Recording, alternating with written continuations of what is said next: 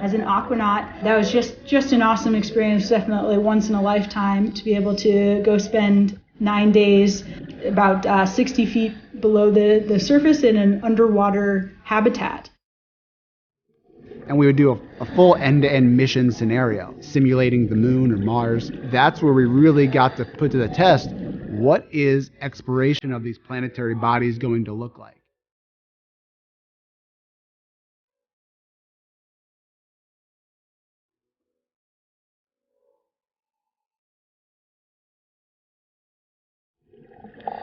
So when we have these, what we call aquanauts, living in this underwater habitat, we can simulate some of the conditions that the astronauts will experience. And we're actually able to have these aquanauts conduct EVAs, or extravehicular activities, simply put, spacewalks, outside of this habitat. So really being able to see that process from multiple different angles, I think, will be really beneficial as we start to nail down exactly what that's going to look like for Artemis. Artemis is taking humans for the first time to the moon's South Pole region. This area of the moon features some of the coldest temperatures in the solar system. Artemis astronauts will look for signs of frozen water and gather clues about the young solar system, when the planets and moons were just forming. Flash forward to astronauts exploring the lunar surface with the Artemis program. They're going to be doing exploration. They're going to be visiting a site on the moon that no human being has ever visited before. And they're going to be taking pictures and describing rocks that they see, collecting samples, deploying instruments. And we want to, have them experience all of these things here on Earth, of course, before they fly to the moon. NASA has been training astronauts in geology and geoscience for decades. These scientific fields help us understand the evolution of the physical and chemical makeup of planets and moons. From their deep interiors to their surfaces and atmospheres, Apollo astronauts had hundreds of hours of training in geology, or the equivalent of a master's degree, and Artemis astronauts will too. NASA's astronaut corps includes geologists, like astronaut Jessica Watkins.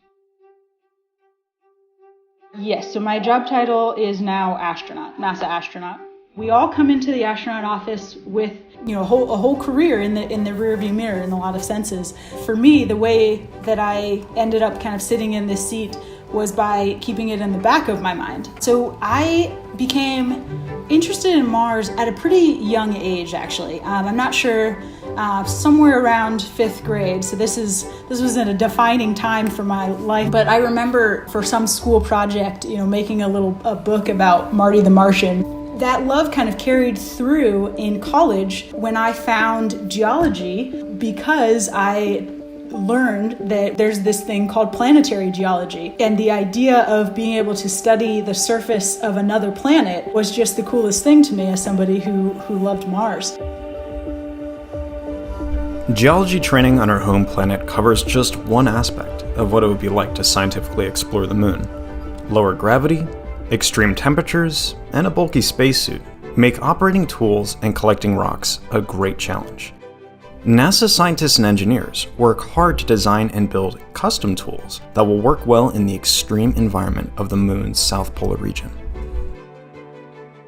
Making any sort of hardware that flies in space is a huge team effort. I help to lead a team of people who are building moon tools. And so specifically the tools that are going to take samples of the moon and bring them back to Earth so the scientists can study them for generations to come.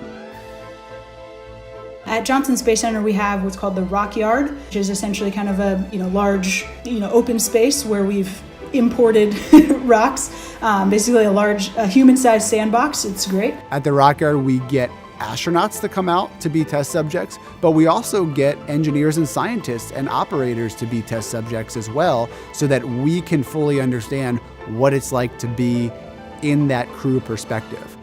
So understanding, what our priorities are, what types of rocks we're interested in and why, but also to start using the tools that we'll be using to collect those samples. Let's just start with the most simple tool, the geology hammer. You all know what a hammer looks like, but in the South Pole, it's going to be really cold there. And so we need to make sure that we're using a material that doesn't break at very cold temperatures. So we create a test plan that includes putting it through environmental testing, so putting the tools in very hot conditions and very cold conditions and making sure they work. We can't just go to the hardware store and buy a hammer, we have to go make a special one. And then we have testing like ergonomic testing to make sure that it actually works with the astronauts and that it fits their gloved hand when they're in the spacesuit. It's not too exhausting for them. There's all of these little different nuances of being in the spacesuit that are hard to fully appreciate unless you get in there.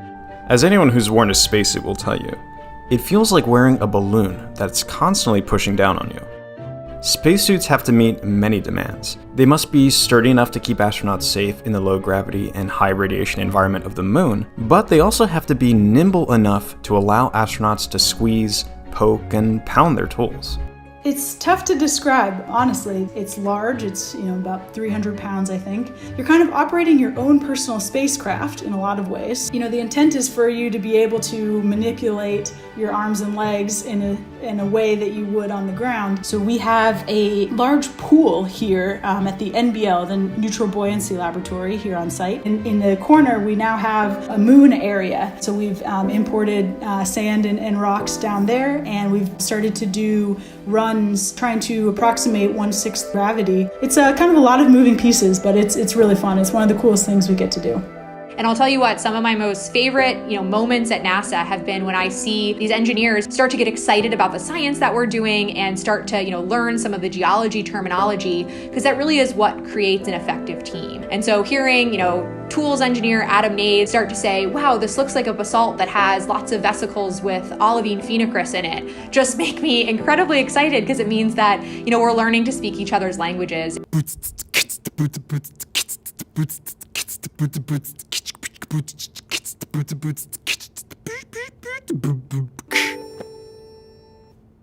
There you go.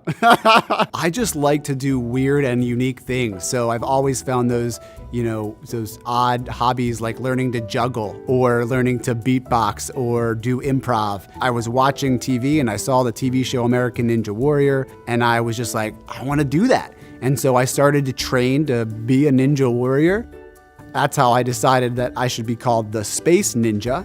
And so I would just share my interest of space. I got selected and got to go out there and compete. So I think we would limit ourselves if we only have one vision of what exploration looks like. Being a part of the NASA team has really showed me what that means and what exploration really looks like on a daily basis. But I do enjoy creative writing, short stories, poems sometimes. When I can find the time, it's just an enjoyable way for me to explore what I'm thinking and feeling, and really kind of use the other side of my brain. Yeah, whenever I take a step back to think about what I do, it is surreal, and it's thrilling, and realize that I have a leadership role in this too, and I get to influence what we're gonna do on the moon. For me, I think why it is so important for us as humans to explore is that exploration kind of forces us to push ourselves to the limits of our capacities. I think that's really important for us to do so that we can, find those boundaries and push them forward. See what's out there, see what we're made of, see what the universe is made of, and where we fit into it. The moon's south pole is an ideal location for many reasons. One reason is that we've collected more information about this region of the moon than any other, from a NASA orbiter that's been circling the moon for more than a decade. On the next episode of NASA Explorers, why the South Pole? What remaining questions do scientists have about the moon and solar system? And how will going to the South Pole help answer those questions?